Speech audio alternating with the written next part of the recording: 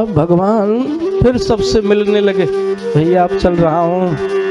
अपनी द्वारिकापुरी की ओर पहुंच गए, बुआ जी के पास में, कुंती जी के पास में। कुंती जी के पास में जैसे ही पहुंचे, कुंती मैया तो भगवान को देखते ही भगवान की स्तुति करने लगी। क्या कह दिया? नमस्ते पुरुषं त्वाद्यम ईश्वरः प्रकृते है परम। आप परम पुरुष को मैं बारंबार प्रणाम कर रही हूँ। भगवान ने कहा, बुआ तू ये क्या कर रही? मैं तो आपका सबसे छोटा भतीजा कृष्ण। बुआ जी ने कहा, मैं आपको जान चुकी हूँ, आप कृष्ण हो। कृष्णाय वासुदेवाय देवके नंदनाय च नंद गोप कुमाराय गोविंदाय नमो नमः। आप कृष्ण को, वसुदेव नंदन को, देवकी नंदन को मैं प्रणाम कर दे। भगवान ने कहा, बुआ तो मुझे क्यों प्रणाम? मैं आपका सबसे को कमल की संज्ञा दी गई। कमल बहुत ही कोमल होता है ना। कमल से कोमल कुछ होता है क्या? कोई नहीं ना। लेकिन कमल से कोमल है कोई एक, कौन? वैसे तो भगवान के संपूर्ण अंगों को कमल की संज्ञा दी गई। आप कहोगे कहाँ महाराज? नव कंज लोचन कंज मुख कर कंज पद कंजारुणम। नव कंज लोचन, आपकी आंखें कमल के पुष्प के समान। कंज मुख, आपका मुख भी कमल के समान। कर कंज, हाथ भी कमल के समान, सब कमल के समान। पद कंजारुणम, आपका चरण भी कमल के समान। कमल बहुत ही कोमल होता है ना। कमल से कोमल तो कुछ नहीं होता ना। कोई एक है जो कमल से भी कोमल है, कौन? कमल से कोमल है कमला माने लक्ष्मी। तभी तो आप लोगों ने देखा होगा, लक्ष्मी जी की फोटो जब देखी होगी तो क्या देखा आपने? किसके ऊपर बैठी हैं लक्ष्मी जी? कमल के फूल के ऊपर ना। कमल के फूल के ऊपर बैठी हैं मैया। इसका मतलब कमल से कोमल है कमला। कमला, कमल से कोमल कमला, कमला से कोमल कमला के कर कमल, कमला के कर कमल से सुकोमल ठाकुर जी के चरण कमल। कारण जब भगवती कमला जी अपने कोमलादि कोमल सुकोमल कर कमलों के द्वारा श्री ठाकुर जी के चरण कमलों का पाद संवाहन करती हैं, श्री ठाकुर जी के चरण कमलों की सेवा करती हैं, श्री ठाकुर जी के चरण कमलों को दबाती हैं, तो श्री ठाकुर जी के चरण कमल बिल्कुल एकदम लाल लाल हो जाते हैं। समझ में आई बात? कमल से कोमल कमला माने लक्ष्मी, कमला से कोमल कमला के कर कमल माने हाथ। जब भगवती कमला अपने कोमलादि कोमल सुकोमल कर कमलों के द्वारा भगवान के चरणों की सेवा करती है, भगवान के चरणों को दबाती है, तो भगवान के चरण कमल बिल्कुल एकदम लाल लाल हो जाते हैं। बताओ, इसका मतलब भगवान के चरण कमल तो अत्यंत सुकोमल है ना। समझ में आ रही बात? बोली कृष्णचंद्र भगवान की जय हो।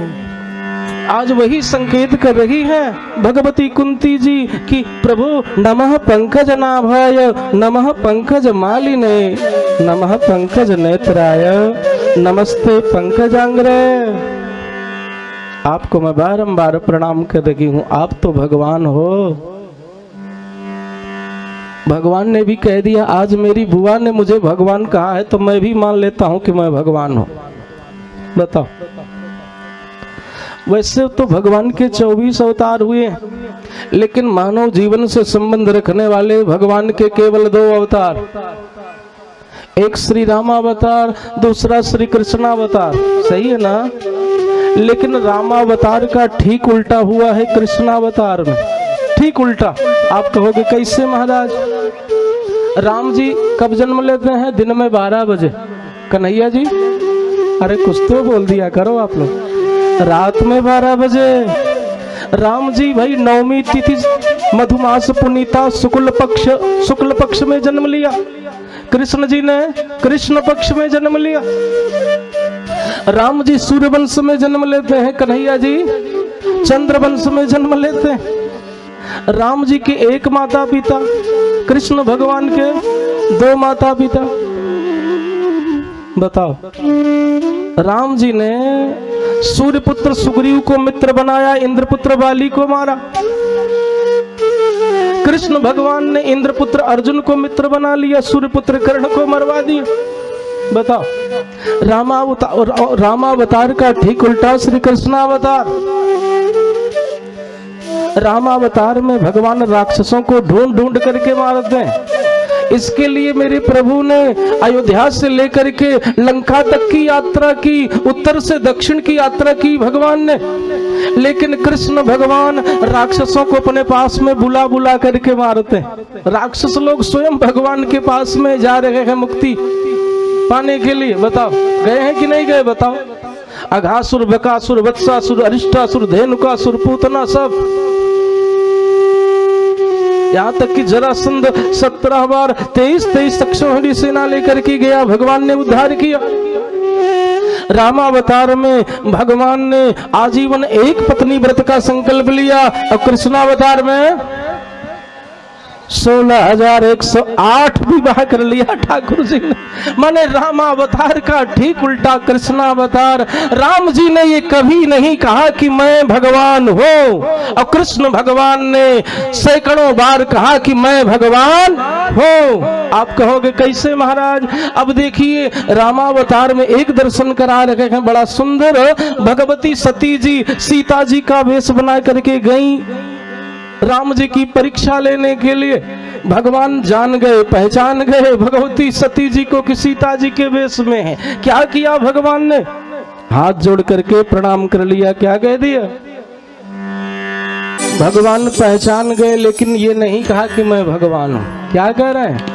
पिता समेत लीन निज नामो, जोरी पानी प्रभु की न प्रणामो। हाथ जोड़ करके प्रणाम किया सती जी को, और कहा मैं दशरथ नंदन राम आपको प्रणाम कर रहा हूं। ये नहीं कहा कि मैं भगवान हूं, मैंने सब जान लिया, लेकिन कहा ना मैं दशरथ नंदन श्री राम आपको प्रणाम कर रहा हूँ। ये बताओ, कहे बहोरी कहाँ वृष के तू विपिन अकेली फिरहु कहीं है, तू अकेले जंगल में भ्रमण कर रही हो। कहाँ है धर्मध्वजी? अकेले भ्रमण कर रही हो ना? मेरी प्राण प्रिया भगवती श्री सीता जी अकेली थी ना जंगल में, उनका हरण हो गया।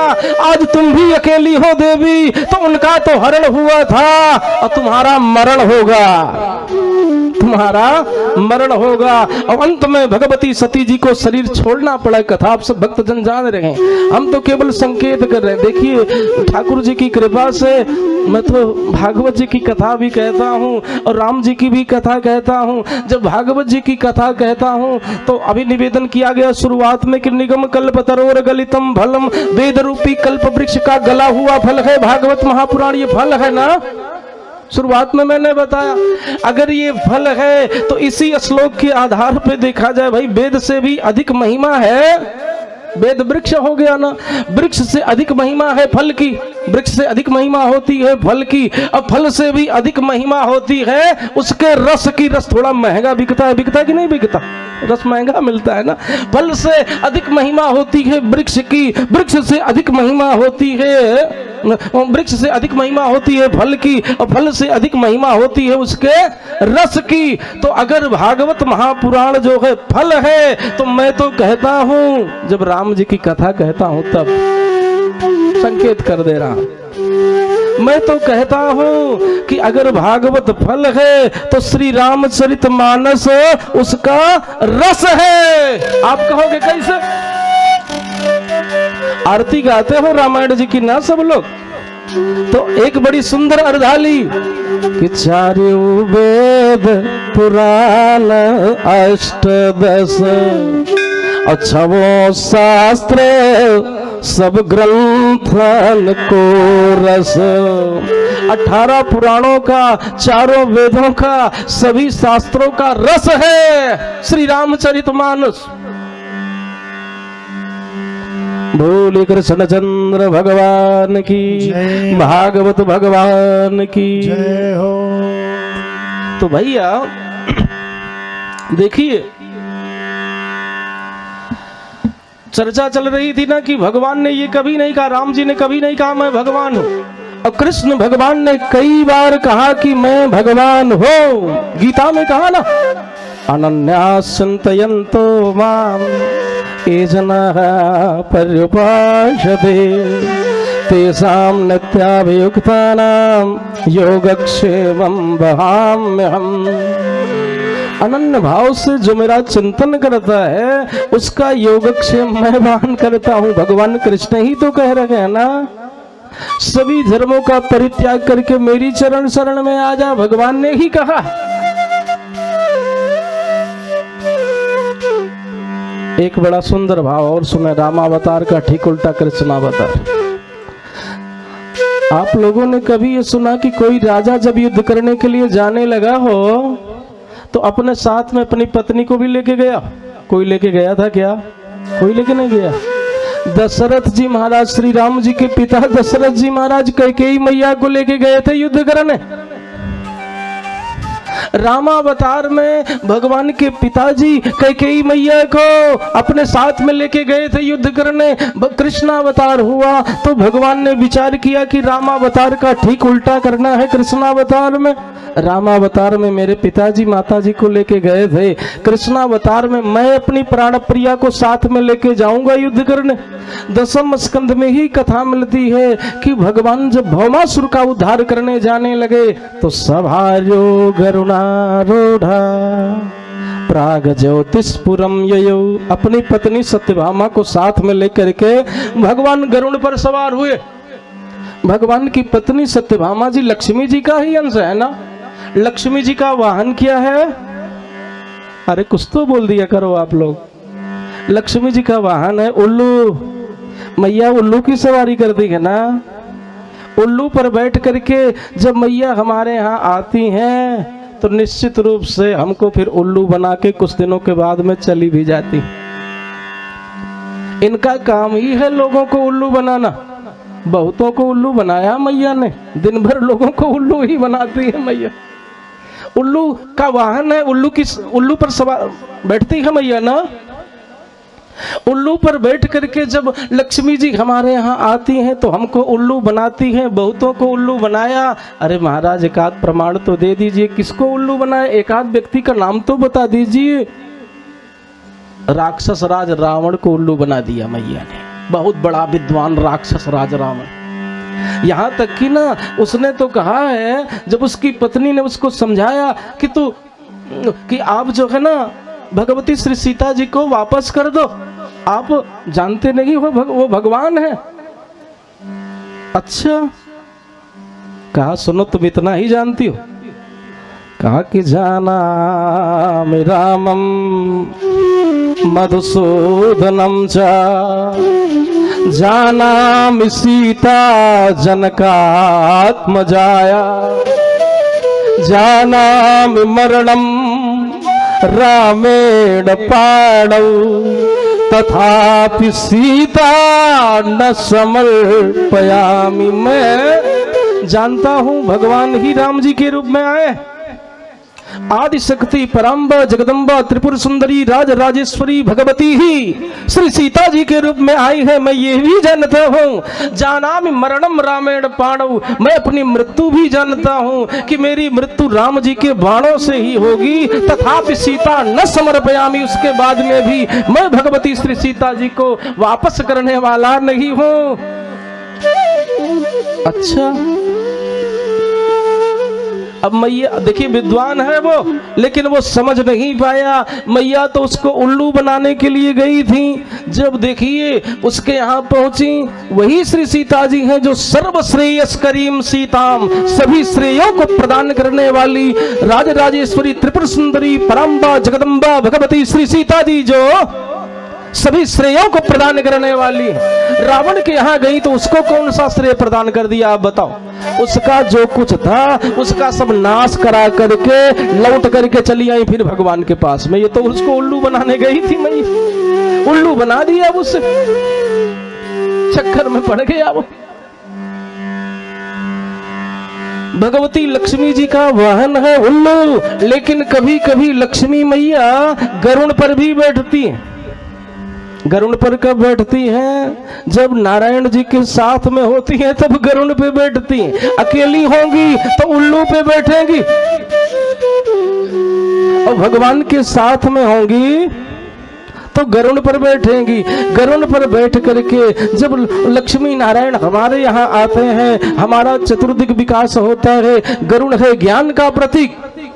जब गरुड़ पर बैठ करके मैया हमारे यहाँ आएंगी तो चारों दिशाओं में फिर हमको कोई रोकने टोकने वाला नहीं। अच्छा, लक्ष्मी जी तो सबके यहाँ आ रही है ना? सबके यहाँ आ रही। कैसे जानोगे कि लक्ष्मी जी हमारे यहाँ गरुड़ पर बैठ करके आ रही हैं कि उल्लू पे बैठ के आ रही? कैसे जानोगे? हम आपको देखिए संकेत कर दे रहे हैं।